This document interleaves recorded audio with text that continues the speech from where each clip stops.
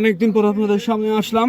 তো সামনে মিট, আপনাদের সাথে আজকে একটা হতাশার কথা শেয়ার করি। তো সেটা হচ্ছে যে ছোটবেলায় অনেকেই আমরা আসলে ছোটবেলায় কি অনেকেই না, সবাই প্রায় 95% ছেলেবেলেই আমরা বাংলাদেশে যেহেতু বসবাস করি, একটা কমন জিনিস ছিল ছোটবেলায়। কেউ যদি জিজ্ঞেস করতে বড় মানে আর কি রিলেটিভের ভিতরে যে তুমি বড় হয়ে কি হতে চাও, বুঝে শুনে না বললে দিতাম হ্যাঁ ডাক্তার হবো বড় হয়ে।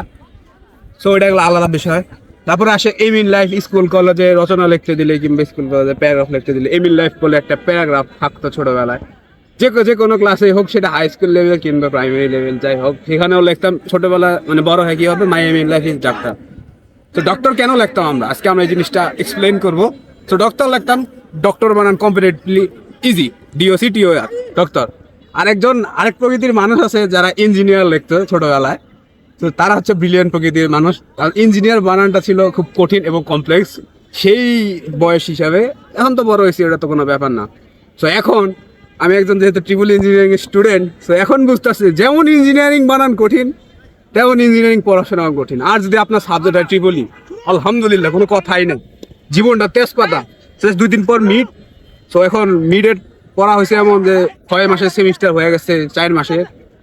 মিড দিতাম আমরা আগে 6 মাসের মধ্যে 3 মাসে 2 মাস পেরা, আর আড়াই মাসের মাথায় যায় মিড শুরু হইতো। এখন এমন একটা অবস্থা হয়েছে, মিড দেওয়া লাগে 1 মাস পরে, 1 সপ্তাহ দেওয়া পরীক্ষা, আবার তার 1 মাস পরে হয়ে যায় ফাইনাল।